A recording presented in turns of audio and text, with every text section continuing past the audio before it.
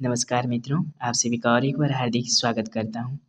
अगर आप पोस्टेड हिंदी की तैयारी कर रहे हैं तो आपके लिए ये वीडियो काफ़ी लाभान्वित होने वाली है, क्योंकि इसमें बहुत सारी चैप्टर कवर होने वाले हैं। अगर आप एसएससी, टीजीटी और आरएसडी की तैयारी कर रहे हैं तो भी ये वीडियो आपके लिए काफ़ी लाभदायक सिद्ध होने वाली है। इसमें बहुत सारे चैप्टर्स जैसे गद्य विभाग, पद्य भाग, व्याकरण से संबंधित प्रश्न पूछे गए हैं। उपन्यास, कहानी, नाटक से भी प्रश्न हैं। और हाल ही में एलटीआर मेंस की परीक्षा समाप्त हुई थी, तो उसमें हम बहुत सारे प्रश्न अभ्यास किए थे। तो उस परीक्षा में डायरेक्ट आए हुए थे प्रश्न हम जो अभ्यास किए थे। तो चलिए इसी आशा के साथ, उम्मीद के साथ ये प्रश्न भी सॉल्व करते हैं और परीक्षा में ज़रूर आएगा।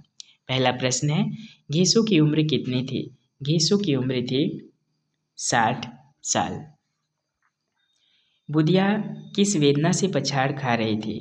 बुधिया किस वेदना से पछाड़ खा रही थी? पछाड़ होगा, ये टाइपिंग मिस्टेक हुआ है। प्रसव वेदना से, प्रसव पीड़ा से बुधिया पछाड़ खा रही थी, तड़प रही थी। उसके घर में 2 पुरुष थे जो कि लाचार थे, लापरवाह थे, जिसके कारण से बुधिया की मृत्यु हो जाती है। हिंदी में री का उच्चारण कैसे होता है? हिंदी में री का उच्चारण, ये र में छोटा ई की मात्रा लगाएंगे, री का उच्चारण ऐसे किया जाता है। और ये प्रश्न प्रीवियस ईयर के क्वेश्चन में आ चुका है। दूब की तलाश में कौन निकलते हैं? दूब की तलाश में स्वयं कवि निकलते हैं।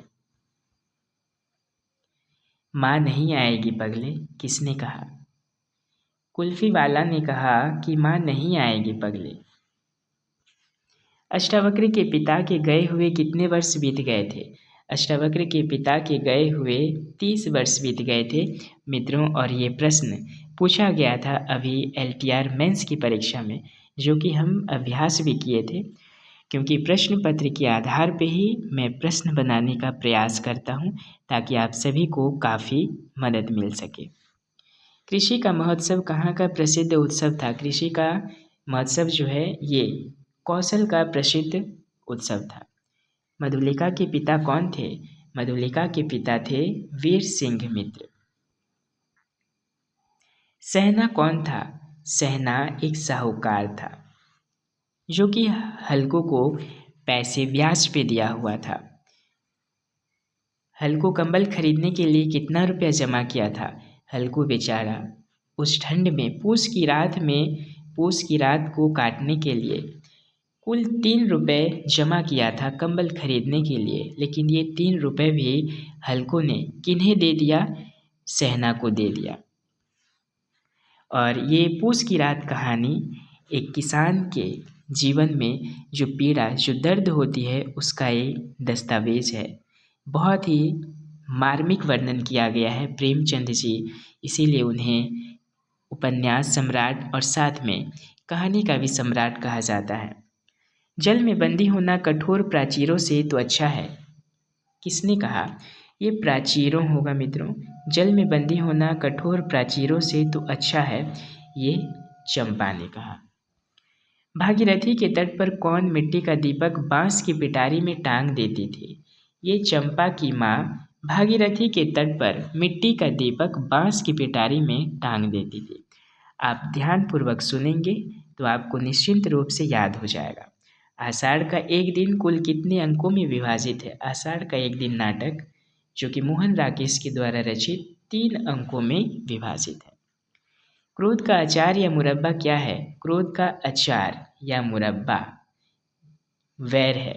अगर क्रोध हमारे अंदर बहुत दिनों तक स्थापित होकर रहता है, बहुत दिनों तक हमारे अंदर मौजूद होता है, तो उसे हम वैर कहते हैं। दुख पहुंचाने के साथ ही दुखदाता को पीड़ित करने की प्रेरणा करने वाला मनोविकार क्या है? दुख पहुंचाने के साथ ही अगर कोई हमें दुख पहुंचाता है तो उस दुखदाता को अगर हम तुरंत ही दुख देने की प्रेरणा करने लगेंगे तो वो क्या है? क्रोध है।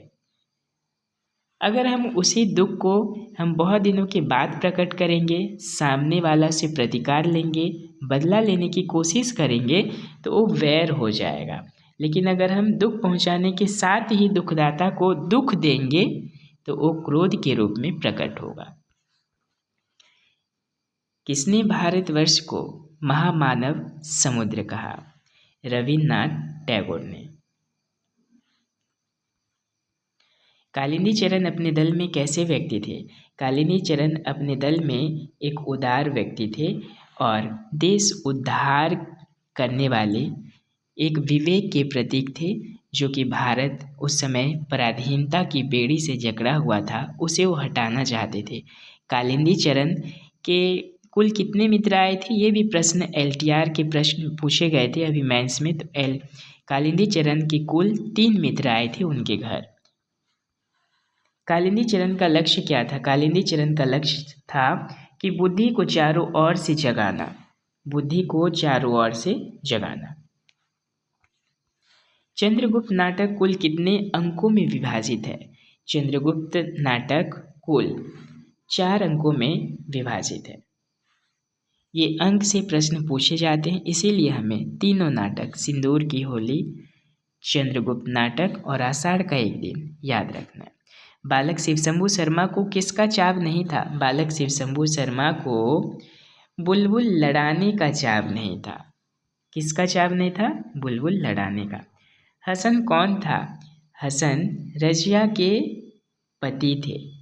रजिया का भाई नहीं थे, लेखक नहीं, रजिया का बेटा नहीं, रजिया के पति थे हसन। खंडहर कहता है इमारत शानदार थी, किसने कहा? ये जो पंक्ति है ये रामवृक्ष बेनीपुरी जी की ही है और ये रजिया नामक रेखाचित्र से ही लिया गया है।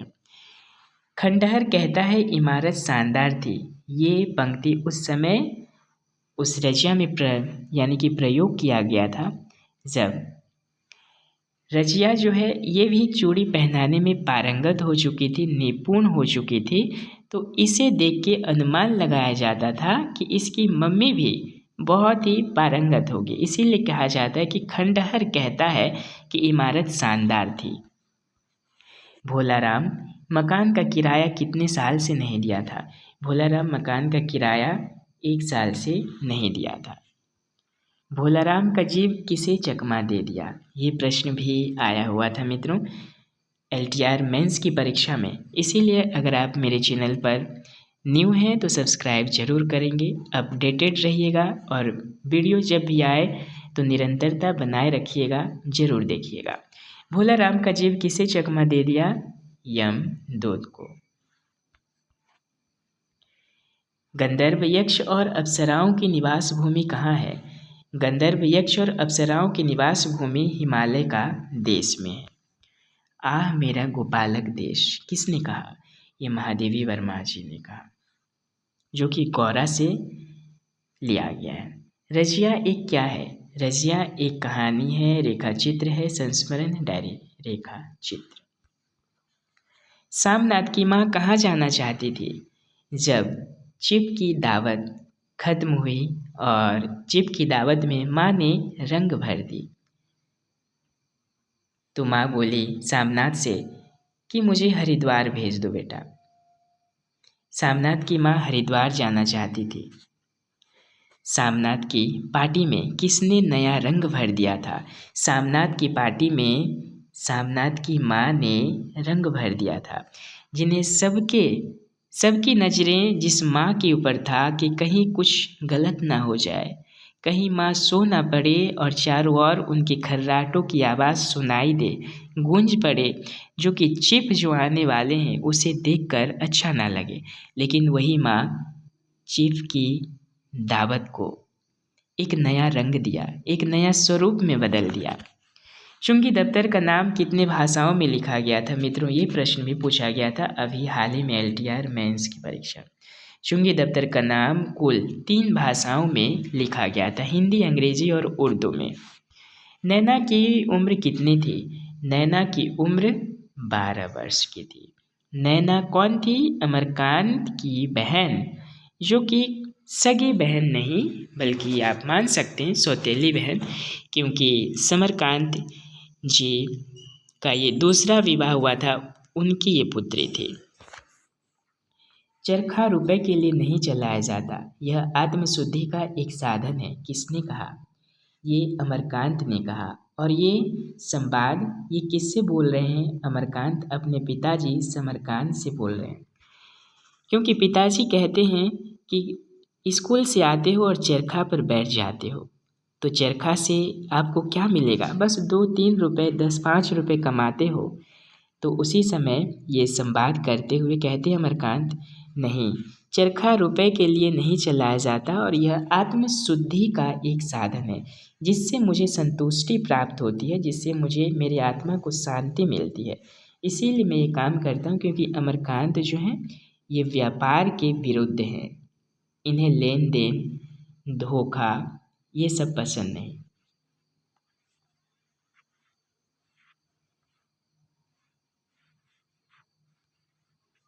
रेणुका देवी ने अमरकांत को 1000 रुपये का बीमा भेजा दिया था।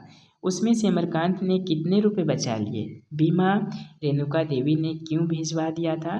क्योंकि रेणुका देवी लखनऊ में रहती थी और काशी आई हुई थी, मतलब आने वाली थी। तो उन्होंने कहा कि एक घर देखना है, तो अमरकांत एक छोटा सा घर देखा और उसी लिए रेणुका देवी ने 1000 रुपये भिजवा दिए घर को सजाने के लिए। तो अमरकांत ने उसमें से भी 500 रुपये में काम कर डाले और उस 500 रुपये को अपने जेब खर्चों के लिए नहीं रखा, बल्कि उस 500 रुपये को लौटा दिए। सदैव में कौन सा संधि है? सदैव, देखिए यहाँ पे ऐ लगा हुआ है, ऐ। अगर मित्रों आपको ऐ और औ ये दो आता है, जब उच्चारण करेंगे तो आप ये वृद्धि संधि मानिएगा। इसका एक ही ट्रिक है कि ये वृद्धि मतलब बड़ा होता है, बढ़ना। तो ये जितने भी स्वर हैं ये सभी में से ये दो बड़े होते हैं, ऐ और औ। ये सदैव संधि का उदाहरण है। सदैव संधि नहीं, ये वृद्धि संधि का उदाहरण है। तो सदैव का जब आप संधि विच्छेद करेंगे तो क्या होगा? सदा जोड़ एव। तो सदैव में आपका ऐ और औ आया। अगर औ वाला भी अगर कोई शब्द आता है जैसे महाऔषधि, तो उसमें आप वृद्धि संधि करेंगे। ये एक सबसे अच्छा ट्रिक है। अगर आप कोई भी शब्द देखेंगे, अगर वहाँ पे ए आया, ए, ओ और अर, जैसे कि महेश्वर, सूर्योदय, महर्षि, देवर्षि, अगर ये आएगा तो आप वहाँ पे गुण संधि करेंगे। लेकिन ऐ और औ आने से आप वहाँ पे वृद्धि संधि कीजिएगा। पवन का संधि विच्छेद क्या होगा? पवन, पो जोर अन। इससे प्रश्न पिछली बार आया हुआ था। पवन का संधि विच्छेद होगा पो जोर अन। अगर वही पावन हो जाता तो पो जो है वो पौ हो जाता, पावन का होगा पौ जोर अन, पवन का है आपका पो जोर अन। जिस पाठ योजना में श और स के भेद पर चर्चा की जाती है उसे कौन सी पाठ योजना कहा जाता है? यहाँ पे हम क्या पढ़ रहे हैं? ये उच्चारण है, तो इसीलिए उच्चारण। क्योंकि हम जब बच्चे को पढ़ाते हैं तो उन्हें उच्चारण करने में तकलीफ होती है। वो एक ही जो वर्ण है उन्हें उस वर्ण को एक ही तरह से उच्चारण करते हैं, इसीलिए ये उच्चारण पाठ योजना से। गद्य पाठ पढ़ाते समय अनुकरण वाचन के पहले क्या किया जाता है? अनुकरण वाचन कौन करते हैं? बच्चे करते हैं। कब करते हैं? जब शिक्षक आदर्श वाचन करते हैं तब। आदर्श वाचन के बाद अनुकरण वाचन किया जाता है। तो क्वेश्चन पूछा है अनुकरण वाचन से पहले क्या करते हैं? अनुकरण वाचन से आदर्श वाचन होता है, उसके बाद अनुकरण वाचन। व्याकरण पाठ की एक अनुवृत्ति में विश्लेषणात्मक प्रश्न पूछने के बाद क्या पूछा जाता है? व्याकरण पाठ की विधि है और उसमें आपको एक विश्लेषणात्मक प्रश्न पूछना है और उसके बाद आप क्या करेंगे? बच्चों से नियम निर्धारण के प्रश्न पूछेंगे। उपसर्ग युक्त शब्द कौन सा नहीं है? मतलब पहले हमें देखना है कि किसमें उपसर्ग लगा हुआ है। जैसे इसमें मूल शब्द क्या है? जय, तो परा इसमें उपसर्ग है। परवाह ये मूल शब्द है, इसके आगे लगा है ला, लापरवाह। पेट एक मूल शब्द है, इसके आगे लगा है भर, तो भर पेट। लेकिन दिखावट इसका मूल शब्द तो स्वयं ही दिखा है, ये वट है, तो इसमें तो प्रत्यय हो गया, तो दिखा वट, तो ये होगा आपका सही आंसर, क्योंकि इसमें उपसर्ग नहीं लगा हुआ है। हिंदी में दीर्घ स्वर कितने होते हैं? दीर्घ स्वर जो है मित्रों आपका 7 होता है और हर्ष स्वर जो है आपका 4 होता है। लंबोदर में कौन सा समास है? लंबोदर, ये जब हम उच्चारण करते हैं तो इससे किसी दूसरे की ओर संकेत जाता है, जैसे लंबा उदर है जिसका, तो इसीलिए जब किसी दूसरे की ओर संकेत जाए तो वो हो जाएगा आपका बहुव्रीहि समास। बस और 8 ही प्रश्न हैं, समाप्त हो जाएगा। और अगर आप मेरे चैनल पे नए हैं मित्रों तो अपडेटेड जरूर रहिएगा, निरंतरता बनाए रखिएगा, ताकि कभी भी वीडियो डालूं आप सभी को उसे सहायता मिलते रहेगा। ओड़िया का अ कौन सा स्वर है? ओड़िया में जो है ये केंद्रीय स्वर है, केंद्रीय, क्योंकि जब हम अ का उच्चारण करते हैं तो ये ना ऊपर ना नीचे, बीच में बना रहता है, जिसे केंद्रीय स्वर कहा जाता है।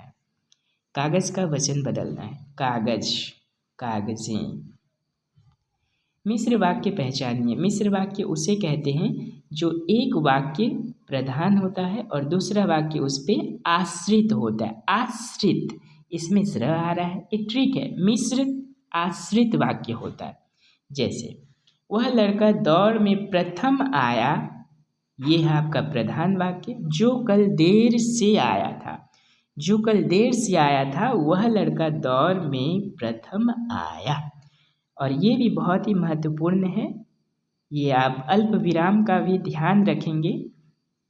आपको नीचे 3 पढ़ने की आवश्यकता नहीं है। वह लड़का दौड़ में प्रथम आया जो कल देर से आया था, तो जो कल देर से आया था, इस वाक्य में, इसमें प्रधान वाक्य ये है और इस पे ये आश्रित है, तो इसका सही आंसर होगा ये।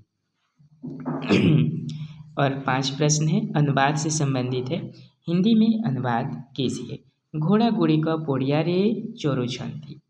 ये प्रश्न प्रीवियस ईयर के क्वेश्चन पेपर से लिया गया है और ये आशा करता हूँ कि आप सभी को इससे काफ़ी मदद मिलेगी। घोड़ा गुड़ी का मतलब बहुत सारे घोड़े, तो घोड़े मैदान में चल रहे हैं। घोड़े मैदान पर चल रहे हैं, पर नहीं, में।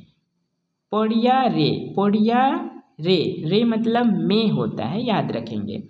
घोड़े मैदान में चल रहे हैं, अगर रू बोलने से, रू मतलब से होता है। घोड़े मैदान में चल रहे हैं, इसका सही आंसर। झियोटी आसी थिले नाची थानता। झियोटी आसी थिले, लड़की आती तो नाची होती, नहीं, लड़की आती तो नाचती। लड़की आए, ये तो गलत है, आए नहीं होगा। आती तो, यहाँ तो आते लिखा हुआ है। लड़की है तो ये बहुवचन में चला गया। लड़की आए, ये नहीं होगा, ये गलत। लड़की आती तो नाचती, ये सही आंसर। मोहन डैश कुछ ना पूछो, मोहन से कुछ ना पूछो, इसमें सही प्रसर्ग लगाना है। किसने मुझे बुलाया, रेखांकित पद किस कारक में है?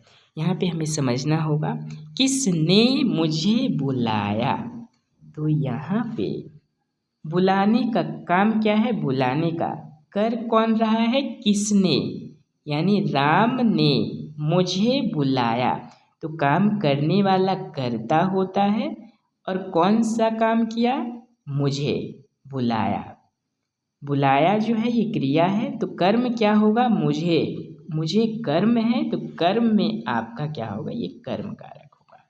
लेकिन आप इसमें समझने का प्रयास करेंगे, क्योंकि इसमें बहुत लोग कर्ता भी डाल देंगे, क्योंकि कर्ता जो है किसने मुझे बुलाया, बुलाने वाले कर्ता हैं, काम करने वाले कर्ता हैं, तो बुलाने वाले कौन है? किसने। किसने की जगह कोई और हो सकता है, इसीलिए कर्म होगा। अंतिम प्रश्न, घुटने टेक देना। घुटने टेक देने का अर्थ क्या है? घुटने टेक देने का अर्थ है मित्रों, कि पराजय स्वीकार कर लेना।